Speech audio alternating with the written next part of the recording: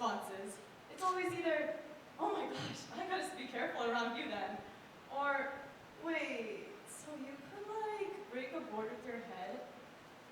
I'm sorry to disappoint you, but no. First of all, I have never beat anyone up yet, and why would I need to break wood with my head? But in all seriousness, Taekwondo really is so much more than being able to kick 2 feet above your head or be even the toughest person in a sparring match. In fact, in the last 11 years of training in Taekwondo, I've learned that Taekwondo is a mental sport. And it's all about learning things like self-regulation and tolerance and confidence. Doing things like long memorized form routines have not only taught me how to memorize lots of information in just a little bit of time, but I've also been able to build a really great mind-body connection and build balance in my body. And doing things like board breaking has taught me that I can really beat any challenge or break any barrier that I want to, and no matter how many tries that it takes. And sparring has not only taught me to think quickly on my feet, but I've also really been able to go through the hardest challenges of my life and persevere. And not only this, but especially the past 5 years, not only have I been able to train in Taekwondo for my betterment, but I've been able to teach so many different students in my dojo as a junior leader for the past 5 years. I love seeing children younger than 3 years old to adults over 50 be able to develop their skill in Taekwondo and really do incredible things with it. And I've seen Taekwondo have incredible benefits to all sorts of students. I've seen children be able to raise their grades from C's to A's in school, and I've seen people be able to overcome their fear of public speaking just through a couple years of Taekwondo. And in fact, one parent that I talked to about Taekwondo just a few months ago has explained that her brother actually had some anger issues and suffered physical abuse, but he was able to get through this just through Taekwondo training, which is really, really incredible. Now, one specific group that I teach in my own dojo has really allowed me to open my eyes to seeing Taekwondo as more than a sport, but I've seen it as an exercise therapy. I'm a personal instructor for my dojo's Taekwondo Clinical Support Program. And this essentially is a curriculum that's tailored towards children with developmental and learning disabilities. So autism, developmental coordination disorder, ADHD, and other learning disabilities. And this support program has been created by my Taekwondo master, Master Tae-Eun Ha, who's actually a renowned neuropsychologist. And he's been working to create this curriculum and even blend in things from occupational therapy to make this especially beneficial for students who might need to focus a little bit more in order to learn things like Taekwondo. So why exactly do children like this need to learn differently, and why do they stand out? Why must we take more attention and more focus in helping children with special needs? Well, first, let's take a child on the autism spectrum, for example. Imagine that you are listening to your favorite podcast on Spotify, but in the background, 6 other songs start playing in full volume. Are you still able to pay attention to that podcast that you were listening to before? Chances are you can't even comprehend one sentence of it anymore.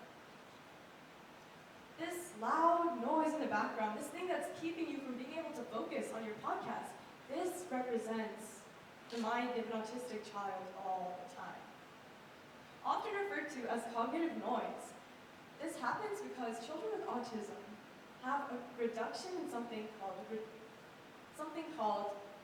synaptic pruning, which essentially is the cognitive process of your brain terminating redundant and unused synapses, or connections between parts of your brain. So this often causes things like overconnectivity, and sometimes your brain is stimulated when it really doesn't need to.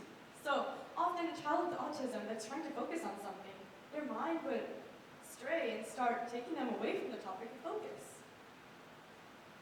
So, I've seen this in children in my own dojo, and it's been very difficult for them to focus. And this process is described very well in an example given by autistic American scientist Temple Grandin. If I say the word butterfly, what do you think of first? Personally, for me, I think of one thing, and that's a beautiful orange monarch butterfly, and that's it. But some of you might be thinking about something completely different. Grandin explains that if she were to hear the word butterfly, she first imagines the blue butterflies that fluttered in her childhood garden. But next, her mind wanders to a butterfly she painted on a piece of plywood for a college project. And next, her mind continues to stray to the metal butterflies that she would put up on her bedroom windows. And then she would think about the dinner she ate last night with the butterfly cut of chicken.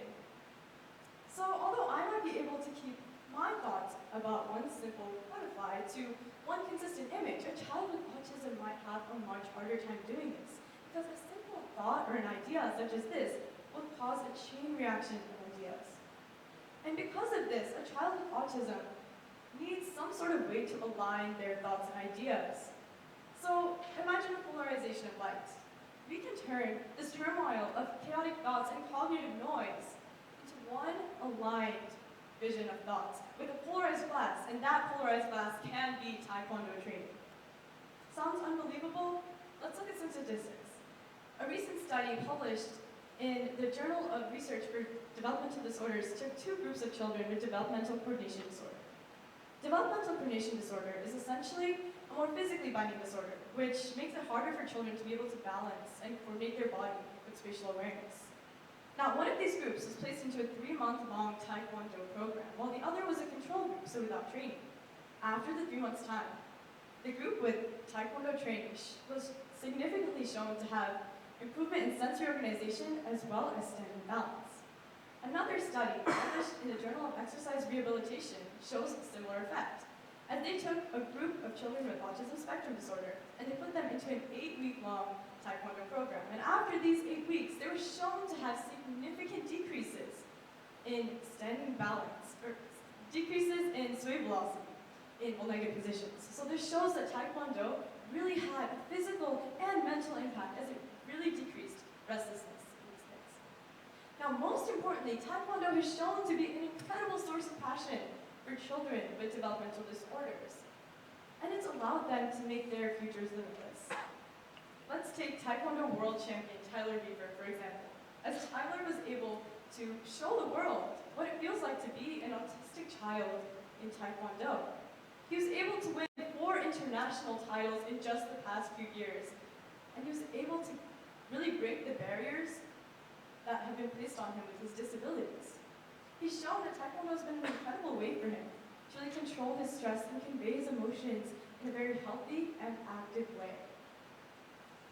Now, I've seen this passion burn in some of my own students in my dojo. This is Eddie. Eddie's been training Taekwondo for the last 7 years. And he really is one of our most hardworking, passionate students who's used Taekwondo as a way to get through even his hardest challenges in and out of the dojo. Now, with Eddie, when he was young, he was diagnosed with pervasive developmental disorder, motor dyspraxia, and sensory processing disorder. And when he first started in our dojo, he was introverted and shy, and he wasn't able to focus on any of our curriculum or keep up with the rigor of our classes. And especially because of his sensory processing disorder, he's got very stressed out in difficult situations. Whenever he was put into a sparring match or board breaking, he was vulnerable to the pain and the fear that it caused him. He got scared in uncomfortable situations and loud environments. But now Taekwondo has allowed him to face this fear, and he's been able to find ways for him to cope with difficult situations. As you can see, he's sparring, and although he's still scared, he's able to throw himself in those situations and get through them, which is truly, truly, really incredible. And this is something not other forms of therapy can give these students, because although they teach children with special needs how to cope with situations, they're unable to immerse these children into such situations. Another thing that Eddie has really impressed our Taekwondo community with is his board breaking skills, because he's been able to get through and pass that fear and vulnerability of pain. If I asked any of you to come up right now, take your shoes off, and break a 2-inch thick board, would you be able to do it? Or would you be a little scared? Scared that you might fall and lose your balance. Scared you might not be able to break that board in front of everyone here. Scared that you might hurt. And yeah, Eddie was scared too, but Eddie was able to do it, and he continues to this day to break any sort of board with any kind of kick, because he knows no matter how many times he has to kick that board, he will break it.